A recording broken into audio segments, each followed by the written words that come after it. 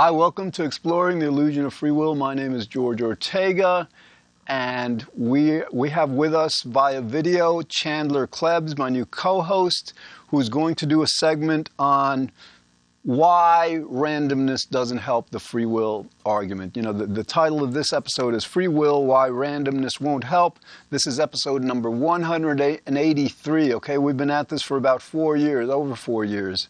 And so basically, before Chandler does his segment, it's about 12 minutes, like he's going to do it, and then I'll come back with this one. Randomness, it's so important for you to get this. Like, ordinarily, I mean, Chandler's done an amazing job. He really nailed this. I mean, he hammered it. I mean, like, he explains in detail why, first of all, there is no such thing as randomness, and even if there was, you know, a random decision can't be ours. But, so I will, I'll reiterate his points after his video, but like before we do that, just very briefly, I want to like explain what people mean by free will. Basically, the term free will is that what we're doing is up to us, you know, and it's up to us in a fundamental sense. In other words, like, you know, computers do things, but it's not up to the computer. We have an unconscious. Okay, we're not in control of our unconscious. So what our unconscious does is not up to us. Having free will would be as if, let's say, you have a puppet or a marionette who could do things on its own without the strings making it do whatever it does. That's what having a free will does, you know, means. Again, this is what is it? Episode 183. So we've done so many episodes on why we don't have a free will, but it is such a powerful illusion. People don't get it so much. All right, you know, let's get to Chandler. Okay, Chandler Klebs on why randomness will not help the free will argument. Okay, Chandler, here we go. Take it away. Hello, I am Chandler Klebs. Today I'm going to be talking about randomness and why it doesn't help free will in the sense that most people mean. I have my Word Web Dictionary on my iPod here, and I'm going to read the 3 definitions of random that this dictionary gives. 1. Lacking any definite plan or order or purpose, governed by or depending on chance. 2. Representative and undistinguished, typical and average. 3. Statistics, given by a probability distribution rather than being deterministic. Okay, now those are 3 definitions of random, and I want to talk about these and other meanings that people have when they talk about something being random. Now, basically, people have different meanings, different times when they refer to something as random. Basically, when people don't see the cause of something, then they call it random. And this can mean different things. It might mean that it's unpredictable because they don't know the cause. They could not predict that a certain thing was going to happen. They may not know how something happened. They may not see the cause. But what's strange is that a lot of people might take randomness to mean that there is no cause for something. That if they can't see a reason or a cause for why something happened, then they're like, hey, there's no cause. It just happened, you know? But that's not the way reality works. I mean, things just don't happen. They happen for a reason or many reasons or causes why something happens. I mean, and so even if it's not predictable, that doesn't mean that there's not a reason or a cause. And here's the deal is that's what it, let's see. The third definition, which is very interesting, is, you know, given by a probability distribution rather than being deterministic. And I think the problem here is when it says rather than being deterministic, well, the problem is that everything's deterministic. As far as anybody can know, everything has a cause, and if everything has a cause, that is determinism right there. Everything has a cause. Anything that happens has to be caused. I mean, it's sort of weird, like like if there's a soccer ball on the ground and then all of a sudden it starts moving, you would expect to see a cause for that. I mean, you think, well, somebody kicked it, or the wind blew it, and that caused it to move in a certain direction. Like if you don't see it, somebody kicking it, and it's windy, you might think, hey, the wind caused it to roll a certain way. You never know. I mean, there could have been an insect that jumped on it, and or the invisible pink unicorn might have kicked it, and that's why you didn't see what kicked it. You know what I'm saying? Like, I mean, come on. But whenever we see something happen, we automatically we either see the cause of it and think, oh, well, this caused that, um, or we assume there is no cause, which is a dangerous assumption. I mean, that's one dangerous assumption, that things don't have a cause because we don't see the cause. But there is another dangerous assumption when we say something is random and we say it has no cause, or it's acausal, which is kind of the opposite of causal. If it's not causal, having a cause, and it's acausal, having no cause. But another thing, another mistake people make, and people obviously are going to do this, they can't help it. They see something and they don't know the cause of it, but they think that they know what the cause is. And everybody does this. I mean, because if we see something but we don't see all the variables, we don't see all the reasons or causes of what happened, well, we can either assume there is no cause, or we may see part of the cause but then think that we know the whole story. I mean, this is very important, because when we see somebody, steal, lie, kill, whatever, any crime that we consider immoral or bad, well, we have a tendency to think, oh, well, they did it because they're bad. Well, but then you have to go into, well, why are they bad? And the libertarian, the person who believes in free will, that's what that means, is like, they're like, oh, well, they just chose to be bad. Why do they choose to be bad? And they're like, oh, well, they chose their own free will. I'm like, well, why would they choose to be bad of their own free will? And they're like, oh, no reason. Because that's what free will is, like that you're choosing things, but that you don't even have a reason. But how do you do that? Like, I mean, it's kind of weird, because you're saying that your supposed choice is caused by you at the same time as that it's not caused by anything else. And I'm pretty sure that nothing happens without being caused.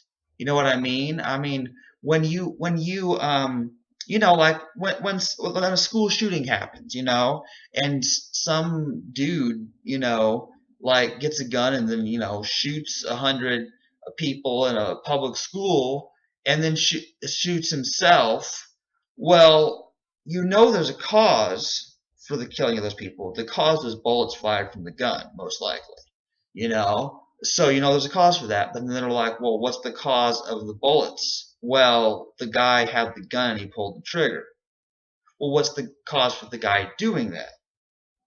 Well, the answer is we'll never know, because when somebody kills a whole bunch of people and then kills themselves immediately afterward, they're dead and can't tell us the cause, the reason. But I don't think that there's any evidence to suggest that they went and did that for no reason. Now there might be many reasons that someone could come up with, like, well, they're crazy, they're insane, they may say they're evil, but whatever the cause is, for whatever cause there was for somebody doing some kind of murder or other type of crime, I mean, there's a cause, but the problem is we can't find out what the cause was from dead people, because they don't talk to us. So this is where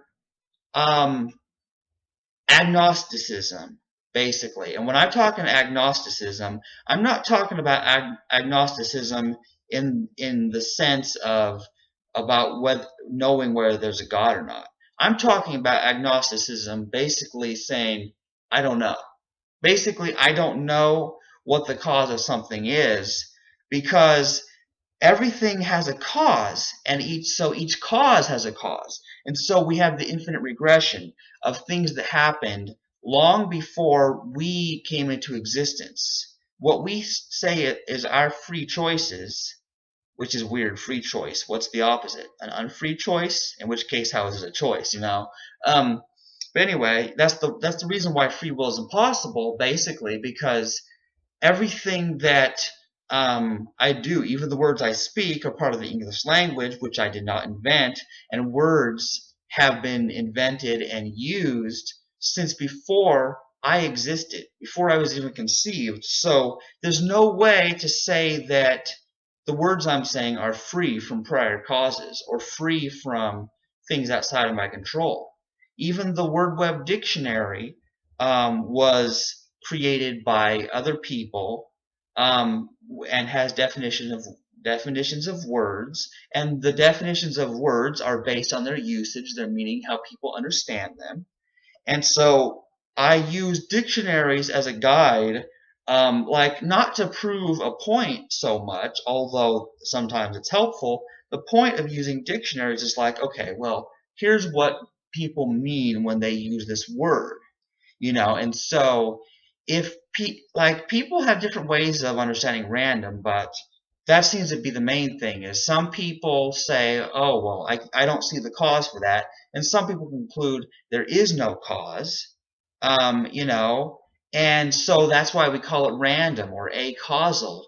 But if something is random, I mean, seriously, like if something was random, like in true randomness, like acausality, like there's no reason it happened at all, then there's like no laws, there's no rules anymore. Because if things can happen without a cause, well, then that just means like, wow, anything could happen. Matter could pop in and out of existence. I don't know. I mean, there's like no rules. Nothing becomes natural. Nothing scientific or philosophical anymore. If things could be random, it blows everything. Because if something can happen randomly, like totally without a reason, for no reason at all, then anything goes. There's no rules. So what this means is that randomness is terrifying. Because if our decisions are choices, and those words like the word choice or decision are used figuratively, not literally, because we don't really choose things since everything has a prior cause, but it's built into the language and it's hard to avoid that. So there's a cause for why a customer wants paper as opposed to plastic. I'm sure there's a cause for that. I just don't know what it is. And it would be so easy to go and talk about randomness all day, but I have a time limit for this video. But yeah, if there was total randomness, true randomness in the sense that things have no cause, that things are this way rather than that way, but for no reason, well, you have to abandon all biology, all physics. Like if you actually believe that things happen without a cause. And so I hope I've made that point clear. And if not, maybe I'll do future videos talking about randomness and how it's impossible. Well, anyway, that's it for now. This is Chandler Klebs. Bye. Okay, thank you, Chandler. Great video segment. First, if you noticed, he started by defining, using dictionary definitions of randomness. There's various definitions, and so let's reiterate that. So randomness has different meanings. I could ask you kind of like to pick, if I had a deck of cards, pick a card out at random. That means you're not going to plan it out. You're going to pick it out without thinking about it. That's quote-unquote randomness. Okay, the randomness that we refer to relative to free will has to do with some people making the completely absurd claim that some things are fundamentally random in that they are not caused, they're not deterministic. Okay, because basically, and here's the thing, like, you got to get a bit into kind of like, you got to understand the physics argument, the history of the physics argument to this, but maybe not. The idea is like, back before quantum mechanics, we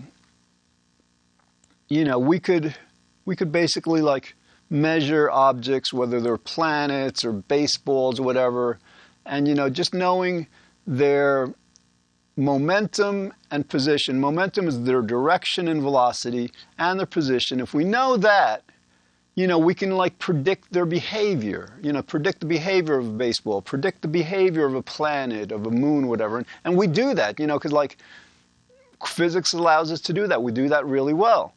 But then comes along quantum mechanics, and at the subatomic level, for reasons I've explained before, you can't simultaneously measure the position and momentum of a subatomic particle, okay? It has to do with Planck's constant. Basically what happens is like when you're measuring a particle, you have to measure it with another particle. So if you bounce a particle, off the target particle to try to measure it, it's going to if it's a short wavelength, high energy particle, it's going to knock the particle into a different momentum or trajectory. Or if it's a long wavelength, low energy particle, it's not going to knock the target particle into a different trajectory or momentum, but you're not going to get a precise position. So like you can either get the position of a particle or the momentum, but you can't get both, okay? So yeah, so basically what they do, which is like, which basically proves determinism, proves causality, is like how do they measure subatomic particle behavior? Because like they can measure this behavior so accurate, it's like from New York to California within a hair's breadth. That's how accurate their measurements are in terms of quantum mechanics. I mean, computers, all this stuff is quantum, or a lot of it is, whatever. But like, so how do they do this? Well, since you can't simultaneously measure the position and momentum of one particle, what you can do, because it's kind of like in principle the same as macro physics, is you measure the position and momentum, the general position and momentum of a group of particles, okay? And then you don't just do this once, you do this hundreds, thousands of times. So you have this data set of a lot of measurements, and then you apply probability equations, and that's how they make quantum predictions. But the important point here is that like these measurements of the groups of particles are completely causal, they're completely deterministic. It's macro physics, it's not quantum physics. So you need the macro physics in order to then derive the quantum probabilities, okay? So the reason I mention this is like some people say, well, randomness is that which we can't predict. So I'm confusing this a bit because I didn't get much sleep last night because I don't have a free will. But the idea is like, quantum behavior actually is causal, even though we can't predict it completely with classical mechanics. But like more to the point, as Chandler explained, things have causes. If something happens, if I take this paper, okay, and I drop it, okay, gravity made it come, it's not going to go up, it's not going to go sideways unless there's a wind or something. There's a cause for that, okay? There's a cause for like, right now I'm talking, there's got these vocal cords and stuff, and you're hearing, you've got like, your ears and stuff. There's causes for everything, okay? Nothing happens without a cause. And so here's the thing, like with the free will debate, people who, no fault of their own, but you just can't be very intelligent to reach this conclusion. They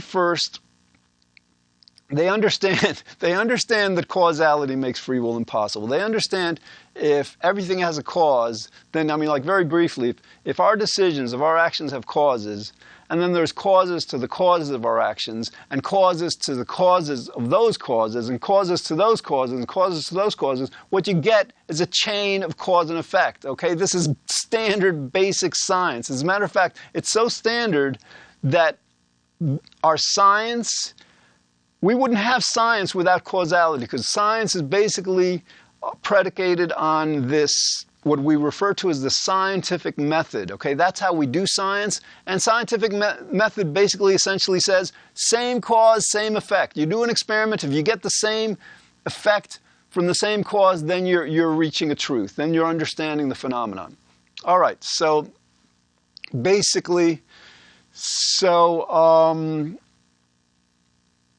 So yeah, so some philosophers, physicists who can't, again, like they can't be very intelligent. They must have gotten their PhDs because they have good memories, because their critical analysis skills, their logical skills have to be very weak for them to not understand this. It's unfortunate, but the idea is like, so let's say, I mean, first of all, again, nothing happens without a cause. True randomness.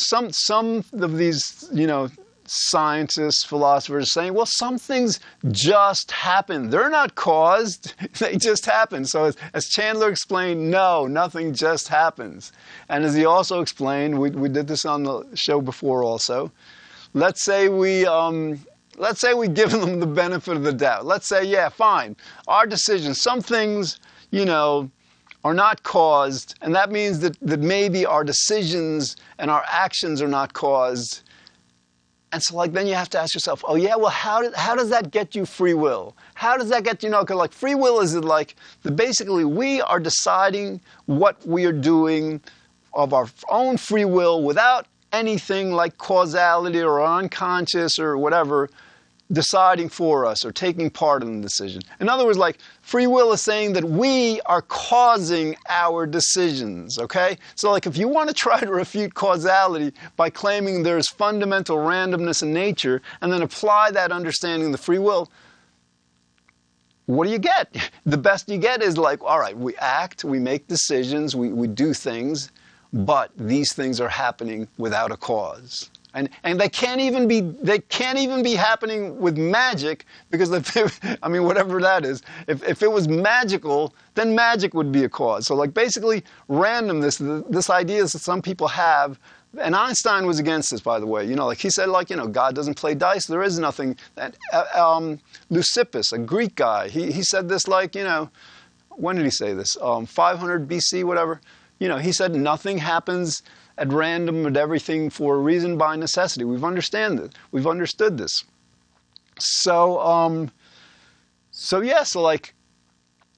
again, to try to use randomness as a defense for free will is absurd.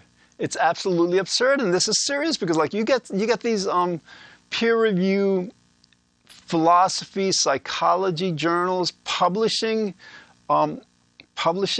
works that attempt to refute determinism, to defend free will by refuting determinism, by claiming that certain things are random. There are two main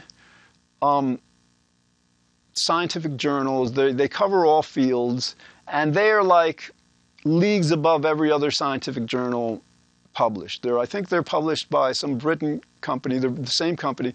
One of them is called Nature, and the other one's called Science. Okay. Again, these are the premier scientific journals, peer-reviewed. Several years ago, I think it may have been 2012. Nature again, I think Nature is even more prestigious than Science. Comes up, publishes this article by a guy whose name happens to be Heisenberg. I don't know if he's a relative to the Heisenberg that kind of confused everybody with this whatever. So anyway, this guy is trying to, and Nature published, an article, a paper by this guy saying, well, we can't prove that everything is caused, so that means that maybe we do have a free will.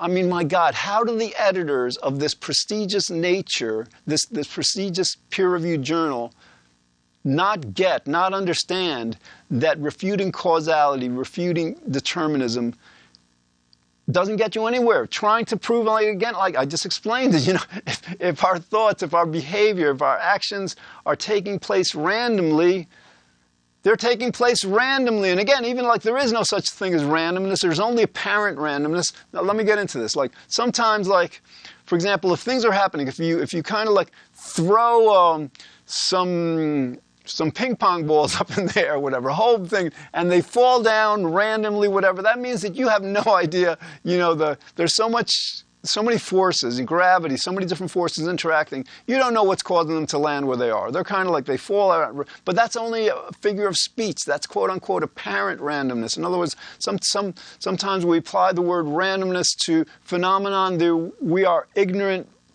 about about its causes, about what's happening.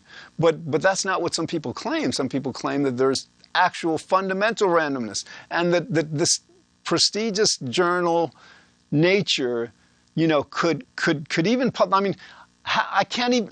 It boggles my mind that the paper got through the review process, because, like, a paper that's claiming that not everything is caused, that some things are happening uncaused, it's fundamentally flawed on a logical level. Okay, because, like, you have to understand, with science is undergirded by logic. In other words, like, it's logical to take as a working premise that if you have the same cause, you're going to have the same effect. It's logical, to take as a working premise that 1 + 1 = 2 and 2 + 2 = 4. Okay, so, like, logic is the fundamental tool of our science and of our philosophy and everything. And logic in no way supports the concept, the prospect of things happening without a cause. It's just an incoherent, internally inconsistent concept. So, all right, and again, like, Chandler did a great job of explaining it. Okay, I got a bit more into the science and stuff, but he got into the everyday applications and, like, why logically randomness doesn't exist, and if it did exist, it would not be a proof for free will. All right, we've got less than a minute, and catch our Manhattan show. If you're, like, every Wednesday, or, like, every other Wednesday we're live, but, like, go to your computer, 11 o'clock p.m. on Wednesdays, channel 56, Manhattan Neighborhood Network, okay? And so it's a live call-in show, so we take phone calls. If you're in Manhattan also, I do a meetup the first Saturday of each month in Manhattan, the Sony building, at 550 Madison Avenue, between 5th Avenue and Madison, okay, right in the heart of Midtown, okay? So I've been doing that for 4 years, and we're going to keep doing this until you get this. So thank you again, Chandler. We're going to be back next week with another episode. I think Chandler is going to be talking about free will and perfection. Why our not being perfect is yet another demonstration of why absolutely nothing is up to us. We don't have a free will. Thanks for watching.